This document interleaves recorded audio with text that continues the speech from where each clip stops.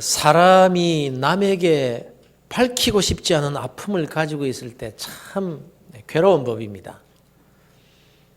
근데 엄격히 따지고 보면요, 아무리 비밀이 없는 사람 같아도요, 남에게 말하고 싶지 않은 크고 작은 아픔과 약점들을 다 가지고 있습니다. 그런데 왜 사람들이 자기가 가진 그 약점을 그렇게도 자꾸 숨기려고 할까요? 뭐 어떤 것은 숨기려고 하는 것이 아니라 자꾸 드러내려고 하지 않습니까? 자꾸 밝혀내려고 합니다. 우리는 이것을 가리켜서 자랑한다라고 말합니다. 근데 어떤 사람은 유난스럽게 자기 자랑을 많이 하는 사람이 있지 않습니까? 물론 자랑할 것이 많이 있어서 그렇기도 하겠지만, 그러나 대부분 심리학적으로 이렇게 진단을 합니다. 자기 자랑을 많이 하는 사람은 약점 또한 많은 사람이다. 말입니다. 자기 약점을 덮기 위해서 자랑으로 그렇게 나타난다는 것이죠. 아무튼 겉으로는 어떻게 보이든지 간에 인간이라면요, 숨기고 싶고 밝히기를 꺼려하는 약점과 아픔들을 다 가지고 있습니다. 그러나 숨긴다고 해서 자기 자신에게까지 숨길 수가 없지 않습니까? 그래서 괴로운 거죠. 자기 약점을 자꾸 숨기려고 하면 할수록 더 괴로워지는 거예요, 사람이. 그래서 술 취함으로 어떤 사람은 이걸 덮어보려고 합니다. 그걸로 안 되니까 더 강력한 마약과 같은 것을 사용해서 잊어보려고 하는 화려한 연예인들, 왜 그럽니까? 그 화려함 뒤에 자기 자신을 아는 그 약점, 그것이 자기 인생을 짓누르는 거예요. 그래서 그것을 어떻게 덮어보려고 숨기려고 하지만 자기 자신을 숨길 수는 없지 않습니까? 그래서 정말 이렇게 아무리 덮으려고 해도 덮는 그것으로 세상적인 방법으로 덮여지지 않는다는 사실을 우리는 잘 알고 있습니다. 그렇지만요, 속 시원하게 약점과 아픔을 사람들에게 공개할 수도 없습니다. 왜냐하면 그렇게 함으로 내게 더 큰 고통을 가져다 줄 수도 있기 때문에 그렇습니다. 세상이 그렇지 않습니까? 사람들은요, 할 수만 있으면 상대방의 약점을 잡아서 이용하려고 드니까 어떻게 하든지 숨기려고 안간힘을 쓸 수밖에 없는 거예요. 세상이 다 그렇습니다, 여러분. 취직을 하기 위해서 면접할 때 어떻습니까? 사원을 뽑는 사람의 입장에서는요, 저 사람이 무슨 약점을 가지고 있는가, 일하는데 지장을 줄 만한 흠은 없는가, 이걸 찾아내려고 합니다. 그러나 취직하려는 사람의 입장에서는 할 수만 있으면 약점은 숨기고 장점만 보여주려고 애를 쓰는 겁니다. 그래서 면접에서 그 결정적인 결점과 허물을 들키면 뽑힐 수가 없는 거예요. 그러니 숨길 수밖에요. 그런데 여러분, 약점 없는 사람이 없지 않습니까? 허물 없는 사람이 있나요? 사실 인간은 다 자기가 가지고 있는 남에게 말 못할 이 무거운 약점의 짐을 다 지고 사는 거예요. 약점의 짐 때문에 인생이 참 괴로워요. 사실 그런 거예요. 여러분은 어떤 약점의 짐을 지고 있습니까? 여러분 약점들이 없으신가요? 알잖아요. 그런데 그걸 어느 누구에게 이렇게 속 시원하게 풀어놓을 수가 없습니다. 처음에는 동정하는 듯 하지만 시간이 가면 갈수록 부담스러워하고 피해버립니다. 혹 짐이나 나누어 지자고 할까 봐서 도망을 갑니다. 가까운 친척은 더 합니다. 그래서 그것이 더 큰 아픔이 되고 상처가 되어서 내 인생의 짐이 점점 무거워지고 있다는 것입니다. 명절 때만 되면 내 약점을 잘 아는 사람들을 만나는 것이 그렇게 힘들어요. 왜 그렇습니까? 위로해주고 함께 짐을 져주는 것이 아니라 언제나 내게 상처를 주는 사람들이 그 사람들이거든요. 그러나 우리 주님께서 이렇게 말씀하십니다. 수고하고 무거운 짐진 자들아 다 내게로 오라. 내가 너희를 쉬게 하리라. 예수님이 처음 제자들을 부르실 때였습니다. 예수님을 만난 빌립이 나다나엘을 찾아갔습니다. 모세가 율법에 기록했고 또 여러 선지자가 예언한 바로 그 메시아를 내가 만났는데 바로 그가 요셉의 아들 나사렛에 사는 예수라 이렇게 말합니다. 그러자 나다나엘이 어이구 나사렛에서 무슨 선한 것이 난다고 혀를 찹니다. 빈정거립니다. 그때 빌립이 나다나엘에게 와서 보라고 합니다. 여러 말 할 것 없이 와서 만나보면 된다는 것입니다. 그래서 빌립에게 이끌려서 나다나엘이 예수님 앞에 오게 됩니다. 예수님께서 나다나엘을 처음 딱 보시면서 하시는 말씀이 너는 참 이스라엘 사람이구나. 내 안에 내 속에 간사한 것이 없구나. 이렇게 말합니다. 그때 나다나엘이 아니 저를 어떻게 하십니까? 예수님께서 대답하시기를 어떻게 하냐고? 빌립이 너를 부르기 전에 너를 이리로 데리고 오기 전에 너 어디 있었어? 넌 무화과나무 아래에 있었지? 그때 내가 벌써 다 보고 있었다. 내가 너를 그래서 잘 알고 있단다. 이렇게 말씀을 하는 거예요. 나다나엘이 깜짝 놀라서 아니 빌립이 내게 말할 때 나사렛에서 무슨 선한 것이 나겠느냐고 이렇게 빈정거렸는데 자기 자신을 다 알고 계신 그 주님 앞에서 이제 만나보니 선생님은 하나님의 아들이십니다. 이스라엘의 임금님이십니다. 메시아 바로 그분이 맞습니다. 이렇게 말합니다. 그때 예수님께서 내가 무화과나무 아래에 있는 너를 봤다고 하니까 네가 믿느냐? 이보다 더 큰 일을 볼 것이니라. 이렇게 말씀합니다. 자, 여러분, 그러면 네가 무화과나무 아래에 있을 때 내가 다 보았다라고 하시는 이 말씀의 뜻이 뭘까요? 빌립이 부르기 전, 곧 나다나엘이 예수님에 대한 말을 듣기 전에 예수님은 이미 나다나엘을 다 알고 계셨다라는 뜻입니다. 그러니 빌립에게 아이고 나사렛에서 무슨 선한 것이 날 수 있느냐고 하면서 예수님을 무시하고 경멸하는 말도 다 주님께서 듣고 계셨을 뿐만 아니라 더 나아가 나다나엘에 대한 모든 것을 다 아시고 계시는 분이 바로 우리 주님이시라는 뜻입니다. 사랑하는 성도 여러분, 지금 본문을 통해서 주님께서 우리에게 나에게 뭐라고 말씀하시는 겁니까? 내가 너를 다 안다. 네가 집에 있을 때에도, 네가 회사에 있을 때에도, 네가 날 의심할 때에도, 내가 나를 믿지 못하고 불신의 말을 할 때에도, 네가 그리스도인으로서 그리스도답지 못하게 살아갈 그때에도 내가 다 알고 있지. 네가 불신의 말을 하는 거 내가 다 듣고 있었고 너의 모든 것을 내가 다 알고 있느니라. 이렇게 말씀하시는 겁니다. 그런데 여러분, 이 말씀이 얼마나 은혜로운 말씀인지 여러분 아십니까? 요한복음 4장에 보면 사마리아 여인에 관한 기사가 나옵니다. 예수님이 갈릴리로 가시는 길에 사마리아를 통과하게 됩니다. 그런데 당시 유대인들은 사마리아 사람들을 아주 경멸했기 때문에 사마리아를 통과하지 않고 둘러서 갔습니다. 절대로 사마리아 그 땅은 밟지도 않았습니다. 왜냐하면 이스라엘이 아수르에 의해서 멸망되었을 때에 돌아오지 못하고 사마리아에 남아있던 그 유대인들과 그 땅에 있던 이방인들과 결혼을 해가지고 그 사이에서 태어난 혼혈인들이 바로 사마리아인들이라고 지칭하는 사람들입니다. 그러니까 아브라함의 후손으로서의 자부심을 가지고 있던 이 유대인들이기 때문에 이방인들의 피가 흐르는 사마리아 사람들을 아주 멸시한 거예요. 차라리 이방인보다 더 미워했어요. 유대인이면서 이방인과 섞여서 결혼해가지고 혼혈을 낳은 그 후손이기 때문에 아주 말도 안 했을 뿐만 아니라 한쪽 반은 유대인임에도 불구하고 말도 안 하고 그 땅을 밟는 것조차도 싫어했던 것입니다. 그런데 주님께서 바로 그 사마리아 땅으로 들어가신 거예요. 수가라는 동네에 도착했을 때였습니다. 예수님이 야곱의 우물이라 불리는 샘으로 가시더니 거기에 딱 앉으십니다. 그때 사마리아 여인 하나가 물을 길러 옵니다. 예수님께서 그 여자에게 물을 좀 달라고 말씀하십니다. 사마리아 여인이 딱 보더니 의아한 표정으로 아니 당신이 유대인인데 어떻게 사마리아 여인이 내게 물을 달라고 하십니까? 어떻게 말을 다 거십니까?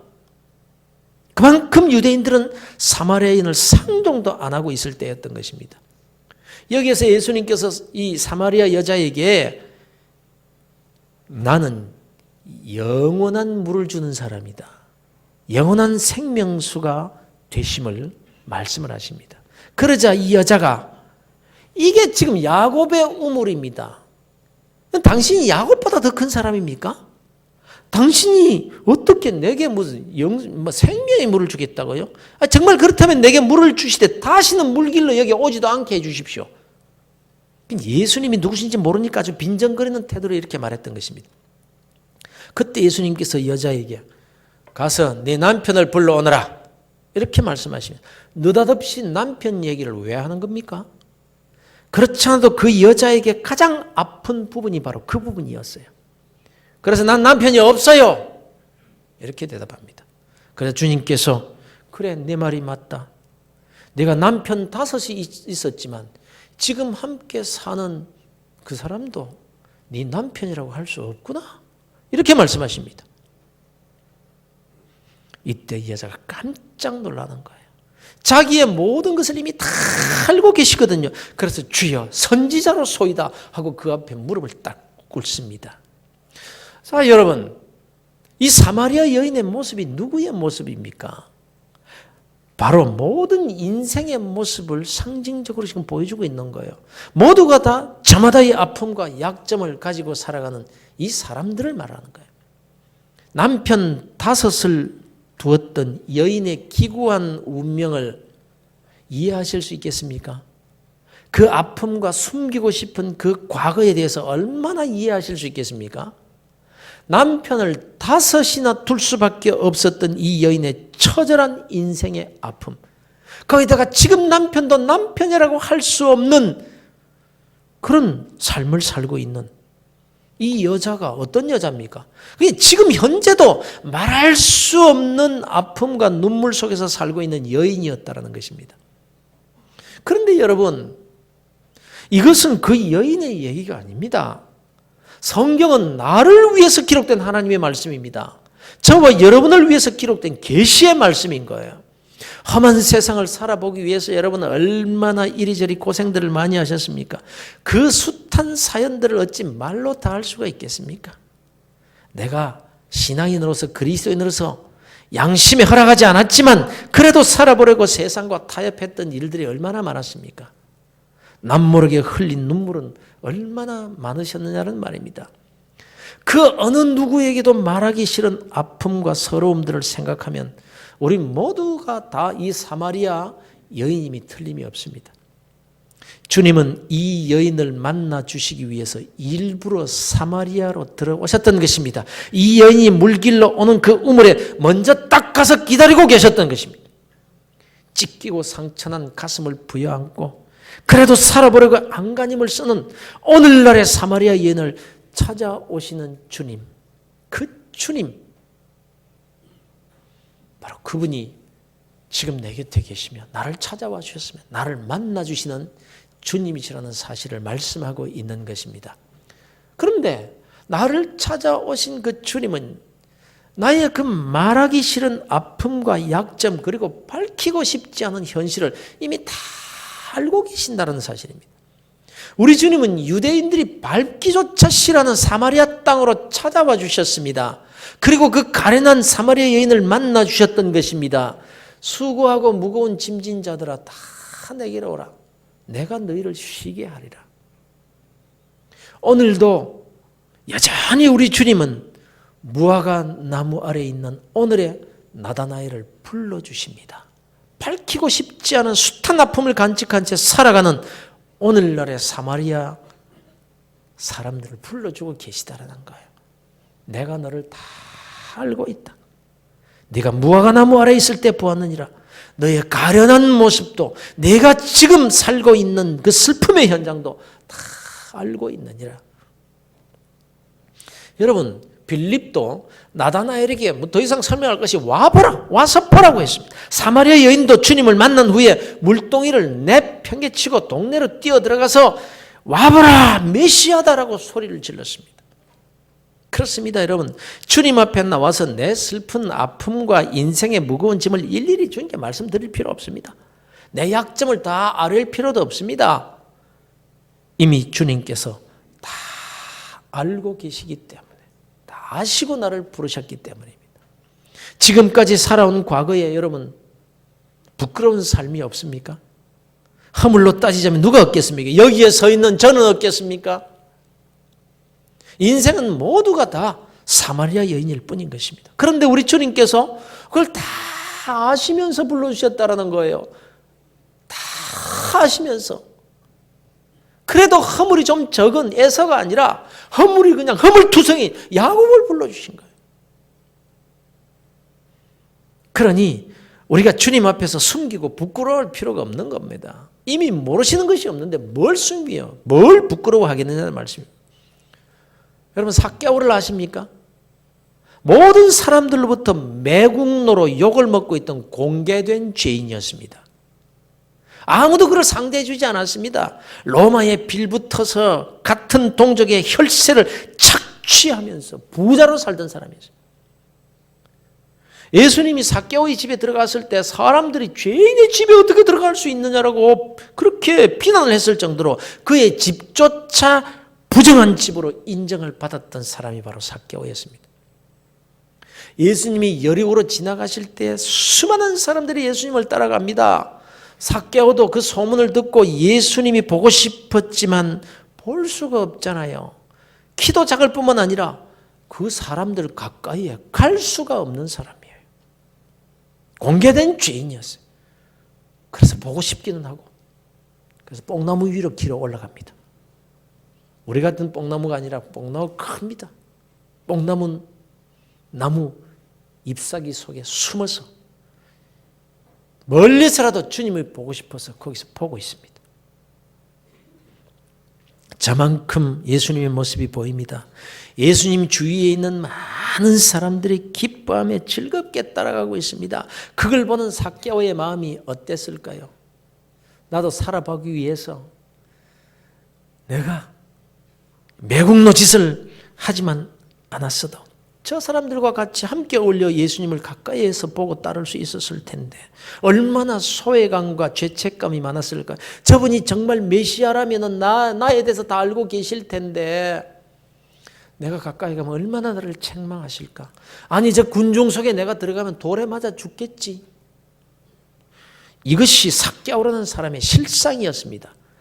그런데 예수님이 삭개오가 올라가서 숨어있는 그 뽕나무 밑으로 오시더니 위로 올라 쳐다보시면서 하시는 말씀이 삭개오야 이리 내려오너라. 내가 오늘 내 집에 들어가서 쉬어야 되겠다. 사랑의 눈빛으로 불러주십니다. 삭개오가 얼마나 놀랐을까. 아니 저분이 내 이름을 어떻게 알고 계신단 말인가. 내가 뽕나무 위에 숨어 있는 것은 어떻게 하신단 말인가? 저분이 어떻게 우리 집에 들어오시겠다고 하신단 말인가? 삭개오의 이름을 알고 계신 예수님, 저와 여러분의 이름도 알고 계십니다.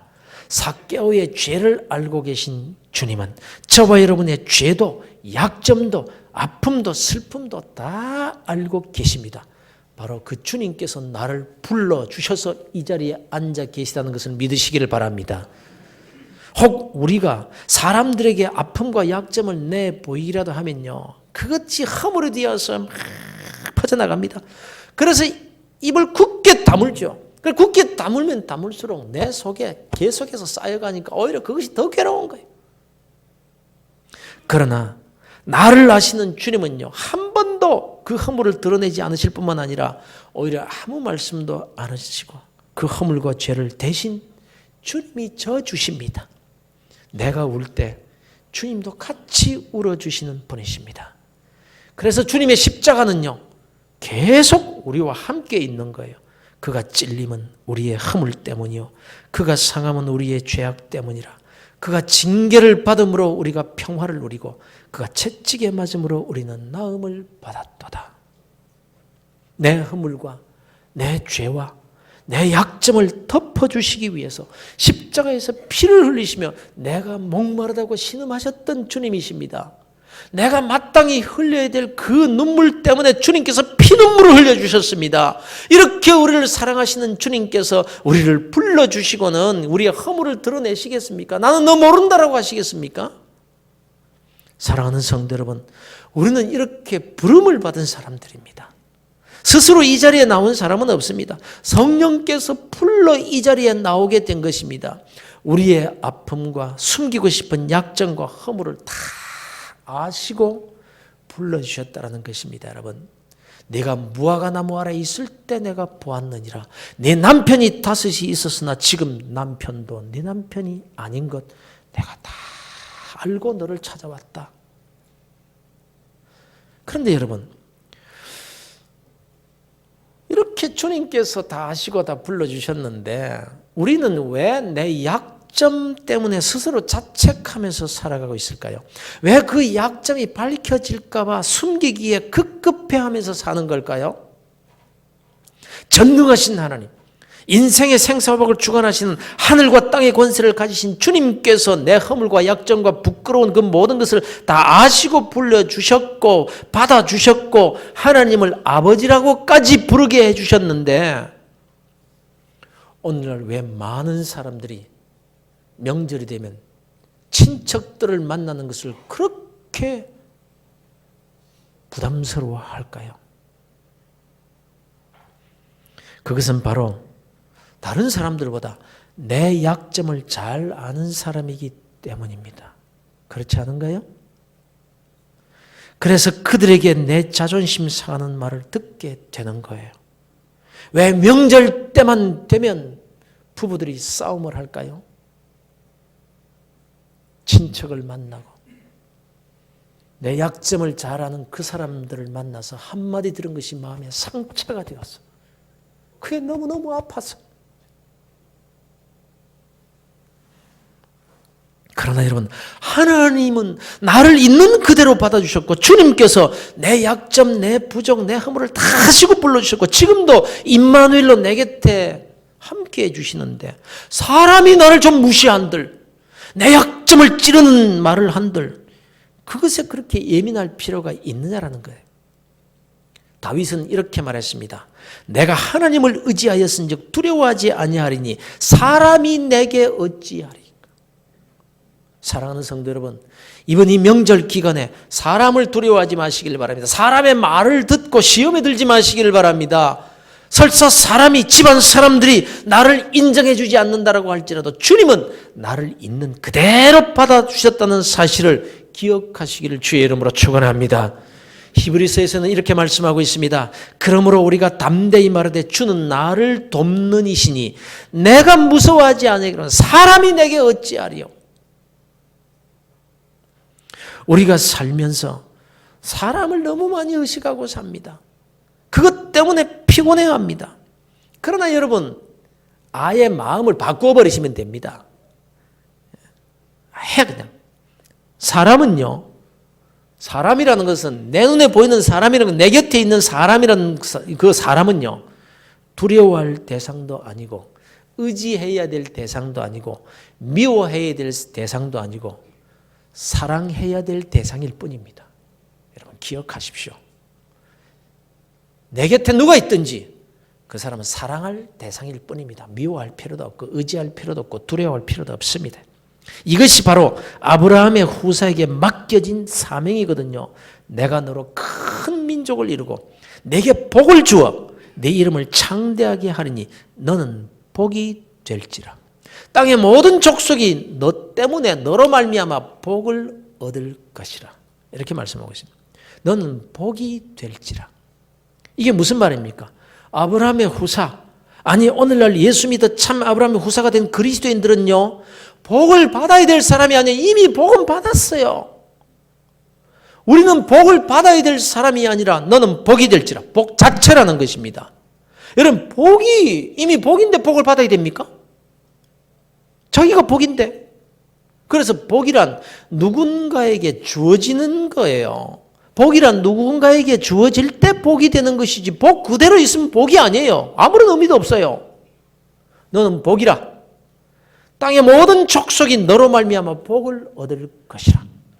이것이 아브라함의 사명이요, 이스라엘의 사명이요, 오늘날 그리스도인들의 신분인 것입니다, 여러분. 그래서 그리스도인은 복을 받아야 될 사람이 아니라 복을 나누어 주는 사람이 그리스도인인 거예요. 그래서 우리는 오해를 하면 안 돼요. 그런 거로 사람을 두려워하지 마십시오. 사람을 의지하지도 마십시오. 마땅히 나를 위로해주고 나를 도와줄 사람이 나를 섭섭하게 하고 가슴 아픈 말을 할 때에 대부분 상처를 받습니다. 어떻게 저 사람이 저럴 수 있나? 다른 사람 다 그래도 저분이 저렇게 하면 안 되지. 여기에 다 상처를 받습니다. 그러나 생각을 바꿔버리시길 바랍니다. 내 가슴 후에 파는 소리를 하는 그 사람이 바로 나의 도움을 받아야 될 사람임을 믿어야 되는 거예요, 여러분. 내가 도와줘야 될 사람이고, 내가 위로해줘야 되고, 내가 주의 사랑을 전해야 될 대상일 뿐이라고 생각을 바꿔버리시라는 겁니다. 네가 무슨 소리를 해도 하나님께서 나를 복으로 세우셨다. 이 사실을 기억하셔야 됩니다. 여러분, 나보다 더 잘 사는 친척이 있습니까? 그러나 기억하십시오. 오히려 내가 그에게 복이라는 사실을 기억하셔야 됩니다. 그 순간부터 내가 더 부자가 되는 거예요. 왜 그렇습니까? 주는 자가 부자이기 때문에 그렇습니다. 주는 자가 부자예요. 가진 자가 부자가 아니라 줄 수 있는 자가 부자인 거예요. 그래서 평생 나는 주는 자로 살겠다고 결심하시면 그분은 부자로 살 수 있습니다. 세상 사람들의 가치관은요, 공부해서 남주나 출세해서 성공해서 남주나 이것이 그들의 가치관입니다. 그러나 그리스도인들의 가치관은 공부해서 남주자, 출세하고 성공해서 남주자, 이것이 우리의 가치관이라는 거예요. 만일 부자라야 남을 도울 수 있고 신분이 높아야 위로할 수 있고 가진 것이 많아야 나누어 줄 수 있다면 하나님이 왜 나 같은 자를 부르십니까? 네가 복이다. 땅의 모든 족속에게 내가 복을 나누어 주라고 이렇게 하시면서 우리를 부르셨어요. 내가 부자도 아닌데, 내 신분이 높은 것도 아닌데, 내가 가진 것도 없는데 그렇게 부르셨다면 그 이유가 뭘까요? 여러분, 주님은 나를 나보다 더 잘 아십니다. 다 아시고 불러주셨으면 약점도 아시고 부족도 아시고 나누어 줄 만한 것을 가지지 못했다는 것도 이미 다 아시고 나를 부르시고는 네가 나누어 주거라. 네가 복이다. 이렇게 말씀하고 계시다는. 그럼 없는데 어떻게 나누어 주는 삶을 살 수가 있을까요? 지금 있는 그것으로 나누어 주는 삶을 시작하시면 하나님께서 복으로 살 수 있도록 해 주신다는 것입니다. 이미 신분이 복이에요. 여러분, 주님께서 나를 그렇게 부르신 겁니다. 무화과 나무 아래에 있었던 나다나엘을 이미 다 아시고 부르셨던 것처럼 말입니다. 어제나 오늘이다 영원토록 통일하신 그 주님은 오늘도 나와 함께 하시는 임마누엘이라는 사실을 기억하시고 믿으시기를 주의 이름으로 축원합니다. 그래서 시편 139편에서 다윗이 이렇게 고백하고 있는 것입니다. 여호와여, 주께서 나를 살펴보셨으므로 나를 아시나이다. 주께서 내가 앉고 일어섬을 아시고 멀리서도 나의 생각을 밝히 아시오며 나의 모든 길과 내가 눕는 것을 살펴보셨으므로 나의 모든 행위를 익히 아시오니 여호와여, 내 혀의 말을 알지 못하는 것이 하나도 없으십니다. 주께서 나의 앞뒤를 둘러싸시고 내게 안수하셨나이다. 이 지식이 내게 너무 기이하니 높아서 내가 능히 미치지 못하니이다.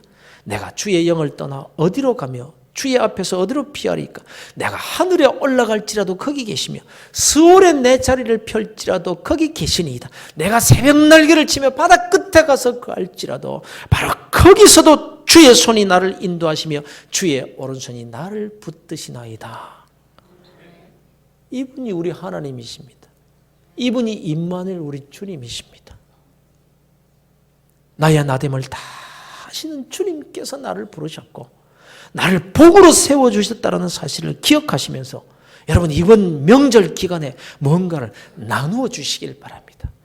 웃음이라도 나누어 주시고 친절이라도 나누어 주시고 따뜻한 손길 하나도 나누어 주시길 바랍니다. 내 마음을 아프게 하는 사람이 있다고 할지라도 그를 축복하십시오. 웃어주십시오. 베푸십시오. 좋은 것 가지려고 하고 서로 음식 더 챙기려고 하는 얄미운 친척이 있으면 내게 돌아올 것마저 더 보태서 주어버리십시오. 바보같이 말입니다. 그러나 그는 바보가 아니라 하나님께서 아브라함의 후사에게 약속하신 그대로 남에게 베풀어 주고도 남는 복 자체가 되게 해 주실 것입니다. 주님이 지금 나와 함께 계시다는 것을 꼭 기억하며 사는 복된 그리스도인들이 되시기를 주의 이름으로 축원합니다.